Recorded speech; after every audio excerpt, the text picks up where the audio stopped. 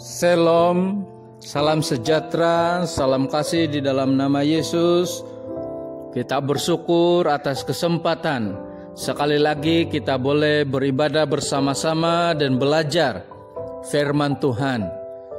Firman Tuhan yang kita renungkan dan pelajari bersama-sama diambil di dalam 1 Timotius 3 ayat 14 sehingga 16. Sekali lagi 1 Timotius pasal 3 ayat 14 sehingga 16. Saya akan bacakan dalam terjemahan Indonesia. Jemaat Allah, dasar dan penopang kebenaran. Semuanya itu kutuliskan kepadamu, walaupun kuharap segera dapat mengunjungi engkau. Jadi jika aku terlambat, sudahlah engkau tahu bagaimana orang harus hidup sebagai keluarga Allah, yakni jemaat dari Allah yang hidup, tiang penopang dan dasar kebenaran. Dan sesungguhnya agunglah rahasia ibadah kita.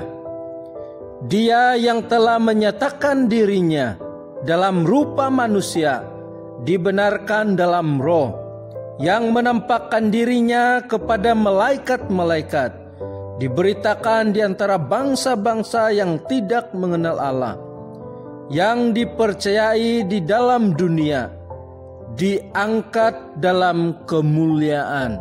Demikian pembacaan firman Tuhan. Saudara yang dikasihi oleh Tuhan, kita masih lagi berbicara mengenai tema keluarga. Dan secara khusus minggu ini subtema kita adalah jemaat adalah keluarga Allah. Saudara yang dikasihi oleh Tuhan, subtema kita hari ini menyatakan bahwa kita semua yang percaya kepada Tuhan Yesus bukan lagi orang asing, tetapi kita sudah menjadi keluarga di dalam Yesus Kristus. Maksudnya kita semua atau setiap kita yang percaya kepada Yesus merupakan satu keluarga besar. Saudara yang dikasihi oleh Tuhan, firman Tuhan yang sudah kita baca, surat Paulus kepada Timotius. Jadi kita tahu surat ini ditulis oleh Paulus dan ditujukan kepada Timotius. Dan waktu itu Timotius sedang melayani di Efesus. Timotius menulis surat kepada Paulus bertanya, apakah lebih baik bagi dia meninggalkan Efesus? Tetapi jawaban Paulus adalah lebih baik Timotius tetap tinggal di Efesus. 1 Timotius 1 ayat 3. Saudara yang dikasihi oleh Tuhan, dalam firman Tuhan yang sudah kita baca, ianya berbicara mengenai petunjuk kepada gereja atau arah yang patut diikuti oleh anggota jemaat sebagai keluarga di dalam Yesus Kristus. Paulus memberikan petunjuk bagaimana jemaat sebagai keluarga Allah harus hidup. Dan melalui firman Tuhan ini kita belajar 3 perkara, yaitu yang pertama, jemaat atau keluarga Allah yang hidup. Maksudnya saudara yang dikasihi Tuhan, kita sebagai anggota jemaat merupakan keluarga Allah yang hidup. Ayat yang ke-15, kita anggota keluarga Allah, yaitu jemaat Allah yang hidup. Jemaat kita tahu bermaksud orang-orang yang dipanggil keluar dari kegelapan dan masuk ke dalam terang Tuhan. 1 Petrus 2 ayat 10. Hidup pula berbicara mengenai sifat, cara kita berbicara, kehidupan kita setiap hari. Jadi sebagai keluarga Allah, yang sudah dipanggil keluar dari kegelapan perlu hidup sesuai dengan kehendak Tuhan. Perlu berbicara dengan cara memberkati. Perlu bertingkah laku atau memiliki sifat yang baik yang memberkati orang lain. Keluarga Allah tidak akan hidup harmoni kalau kita saling menjatuhkan, dengki, saling memburukkan, tidak mengampuni, dan melakukan kejahatan. Sebab itu, sebagai keluarga Allah yang hidup, marilah hidup sesuai dengan kehendak Tuhan. Yang kedua, jemaat adalah keluarga Allah. Harus hidup sebagai tunjang ajaran yang benar. Firman Tuhan yang sudah kita baca ayat 15 dikatakan bahwa jemaat merupakan tunjang ajaran yang benar tentang Allah. Maksudnya di sini jemaat sebagai keluarga Allah perlu menjaga, perlu memperhatikan kebenaran yang diajarkan oleh Alkitab. Keluarga Allah perlu hidup dalam kebenaran dan menentang pengajaran-pengajaran yang sesat. Di Efesus kita tahu tempat pelayanan Timotius ada banyak pengajaran-pengajaran sesat, termasuk dari orang Yahudi sendiri yang sangat mengutamakan Taurat dan menyatakan bahwa tidak ada kebangkitan daging. Jadi Kristus pun bagi mereka tidak benar-benar bangkit. Juga di Efesus terkenal dengan kuil Diana dan Artemis, tempat penyembahan berhala. Karena itu ada banyak cabaran dan pengajaran sesat di dalam jemaat. Sebab itu jemaat perlu kuat, perlu teguh. Dan kita juga sebagai keluarga Allah memang perlu menjaga kebenaran, perlu hidup di dalam kebenaran, tidak dipengaruhi oleh pengajaran-pengajaran yang tidak benar. Yang ketiga, kita belajar bahwa keluarga Allah adalah perlu percaya Yesus dan memberitakan Yesus. Firman Tuhan yang sudah kita baca ayat 16 menyatakan bahwa Yesus adalah firman yang menjadi manusia dan para malaikat melihat dan memberitakan Tuhan Yesus. Yesus juga dikhotbahkan sehingga ramai yang mendengar dan percaya kepada Yesus. Sebagai keluarga di dalam Yesus Kristus, kita juga perlu percaya dan memberitakan Tuhan Yesus, melakukan kehendak Tuhan. Saudara yang dikasihi oleh Tuhan, firman Tuhan dalam Matius 14 ayat 46 sehingga 50. Dalam cerita ini, ibu Yesus dan juga saudara Yesus berusaha untuk berjumpa dengan Yesus. Sehingga ada yang memberitahu bahwa ibu Yesus ada di luar, atau ada yang memberitahu Yesus bahwa ibunya ada di luar dan ingin berjumpa dengannya. Tetapi apa respon Tuhan Yesus? Sepertinya agak kasar, karena Yesus berkata di dalam perikop ini, "Siapa ibuku? Siapa saudaraku?" Jadi maksud Tuhan Yesus kita boleh lihat di dalam ayat yang ke-50, bahwa siapapun yang melakukan kehendak Allah, dia menjadi saudara dan keluarga Tuhan Yesus.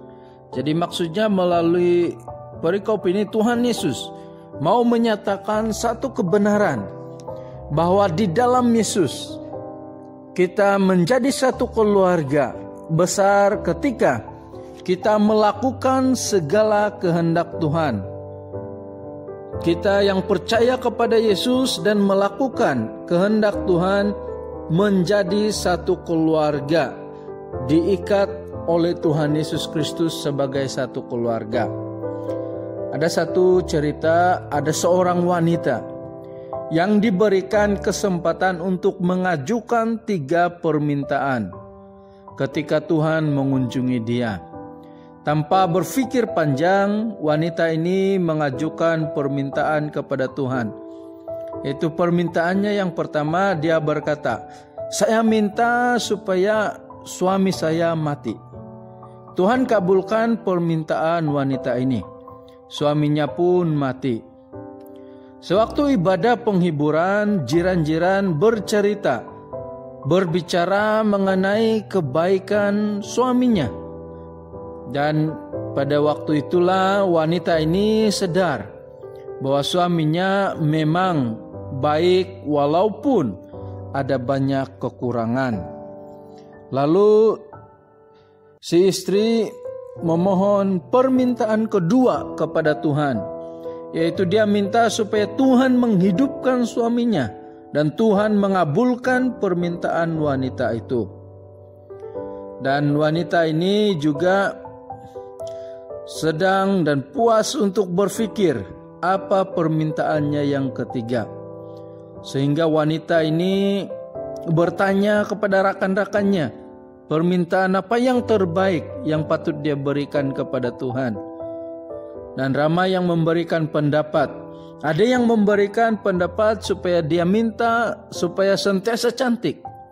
Ada juga yang memberikan pendapat supaya minta kekayaan, supaya tidak hidup susah lagi. Ada juga yang memberikan pendapat minta umur yang panjang. Ada juga yang memberikan pendapat minta kesehatan. Dan ada banyak lagi pendapat yang diberikan. Dan wanita ini berpikir bahwa kalau dia minta kekayaan, dia takut dia akan dirompak. Dan kalau dia minta kecantikan, dia berpikir bahwa kecantikannya hanya untuk suami.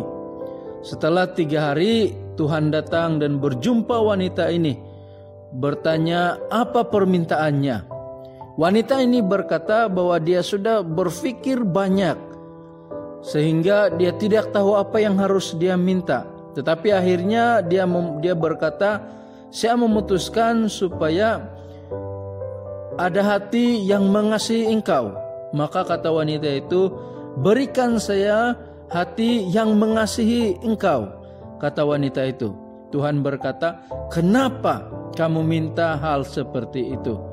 Wanita ini berkata dan menjawab, "Sebab saya yakin inilah yang saya perlukan." Wanita ini berkata juga, "Selama ini saya merasa ego, merasa tidak perlu Tuhan, merasa kuat, dan saya merasa sudah cukup semuanya itu. Tapi saya menyadari bahwa saya hanya memerlukan engkau." Saudara yang dikasihi oleh Tuhan, sebagai keluarga Allah, kita akan dapat menjadi keluarga yang baik kalau kita memiliki hati yang mengasihi Tuhan. Sebab itu biarlah kita terus meminta kepada Tuhan supaya Dia memberikan kita sebagai keluarga Allah hati yang mengasihi Tuhan dengan tulus. Saudara yang dikasihi oleh Tuhan, kita sebagai jemaat merupakan keluarga Allah di dalam Yesus. Sebab itu biarlah kita saling mengasihi sebagai keluarga Allah. Tuhan memberkati. Mari kita berdoa untuk firman Tuhan yang sudah kita dengar. Bapa di surga, terima kasih atas firman-Mu. Kami bersyukur karena kami belajar bahwa kami satu keluarga di dalam Engkau. Sebab itu Tuhan, biarlah Engkau memberikan kami hati yang mengasihi Tuhan dan sesama kami. Dan firman-Mu yang sudah diberitakan, dimeteraikan di dalam hidup kami. Saat ini kami mau berdoa untuk jemaat Tuhan dimanapun berada. Tuhan berkati kehidupan mereka, Tuhan berkati ekonomi keluarga, Tuhan berkati kesehatan. Yang sakit apapun pergumulan masalah kesehatan, Tuhan sembuhkan. Kami juga mau berdoa supaya Tuhan memberkati ekonomi keluarga, pekerjaan mereka, pendidikan anak-anak, bahkan kehidupan rohani jemaat Tuhan akan terus bertumbuh walaupun berhadapan dengan cabaran. Kami juga berdoa untuk para pemimpin gereja kami, dimanapun berada, dimanapun melayani, Tuhan berkati. Tuhan juga memberkati ekonomi gereja kami, Tuhan juga memberkati pelayanan di dalam gereja kami. Kami juga mau berdoa supaya Tuhan memberkati negara kami.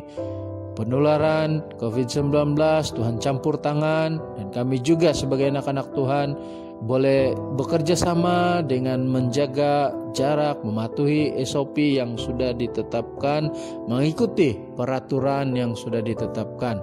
Kami juga mau berdoa supaya Tuhan memberkati ekonomi negara kami. Terima kasih Tuhan, semuanya ini kami serahkan di dalam tangan-Mu. Di dalam nama Tuhan Yesus kami sudah berdoa. Amin.